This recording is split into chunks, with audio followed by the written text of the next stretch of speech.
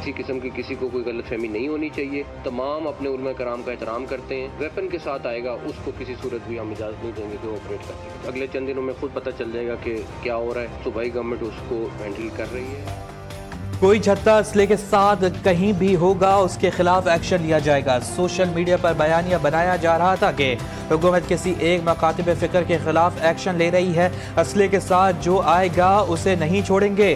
وزیر داخلہ محسن نقوی نے صاف کہہ دیا. محسن نقوی کی گورنر ہاؤس میں MQM کے وفد سے ملاقات. گورنر سندھ کا عمران خان ٹسوری نے کہا پاکستان کو دہشت گردی کے چیلنجز کا سامنا ہے. محسن نقوی ملک میں امن و امان کے لیے دن رات کوشاں ہیں. محسن نقوی علماء اکرام سے بھی ملے. علماء اکرام کا موقف سنا اور تمام مسائل حل کرنے کی یقین دہانی کروائی. امید ہے 1-2 روز میں TLP پر پابندی لگ جائے گی. پنجاب کابینہ کا فیصلہ وفاقی حکومت کو بھجوا دیا ہے. وزیر اطلاعات عظمہ بخاری کہتی ہیں سعد رضوی اور ان کے بھائی کو ٹریس کر لیا جائے گا.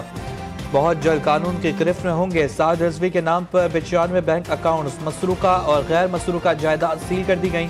سعد رضوی مظاہرین کو اکساتے رہے اور پرتشدد احتجاج کے دوران 110 پولیس اہلکار زخمی ہوئے.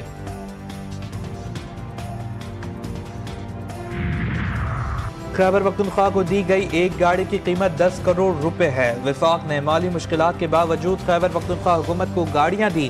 وزیر مملکت داخلہ طلال چودھری کہتے ہیں خیبر پختونخوا کو دی گاڑیاں عالمی معیار کے مطابق ہیں. KB میں سہیل بزدار کو دانستہ طور پر لگایا گیا. وزیر اعلیٰ بدلنے سے دہشت گردی کے خلاف جنگ نہیں رکے گی.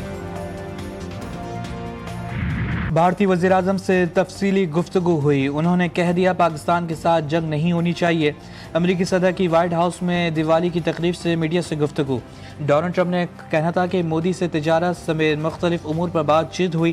دونوں ایٹمی طاقتیں ہیں, ان کی جنگ بڑھ سکتی تھی. میں نے انہیں روکا اور تجارت کی بات کی. بھارت اب روس سے زیادہ تیل نہیں خریدے گا. امریکی صدر نے مزید کہا کہ 2 ہفتے میں چینی صدر سے بات چیت کروں گا. اچھا کام کرنے جا رہا ہوں. چین اور یورپی ممالک نے برسوں سے امریکہ پر سخت محصولات عائد کیے. کسٹم ڈیوٹی ہماری قومی سلامتی کے تحفظ کا ایک اہم ذریعہ ہے.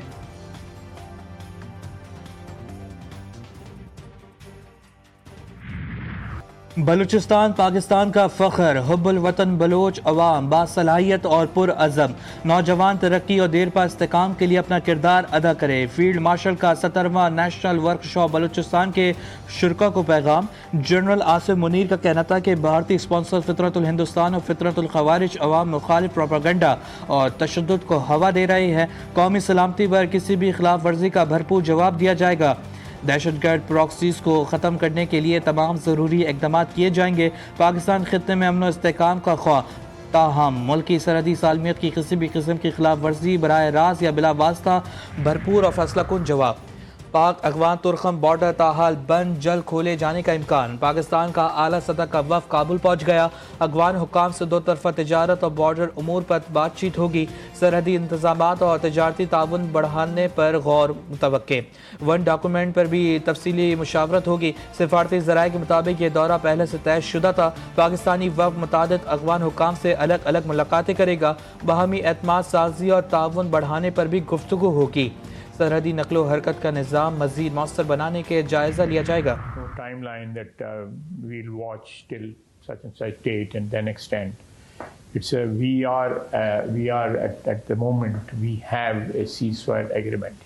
As long there is no violation of the agreement, which is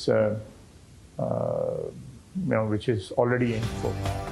پاک فوج کی بھرپور کارروائی کے بعد طالبان کی درخواست پر سیز فائر ہوا. معاہدے میں واضح طور پر طے ہوا تھا کہ افغانستان کی سرزمین سے کوئی دراندازی نہیں ہوگی. TTP کی کوئی سہولت فراہم نہیں کیا جائے گا. وزیر دفاع خواجہ آصف کا افغان طالبان کو 2 ٹوک پیغام. کہا پاک افغان سرحد پر دوبارہ دراندازی ہوئی تو جنگ بندی معاہدہ ٹوٹ سکتا ہے. قطر اور ترکیہ چاہتے ہیں پاکستان کو اپنے ملک میں امن کے لیے جنگ نہ کرنا پڑے.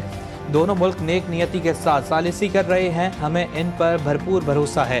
جو معاہدہ دستخط کیا وہ خفیہ ہی رہے گا.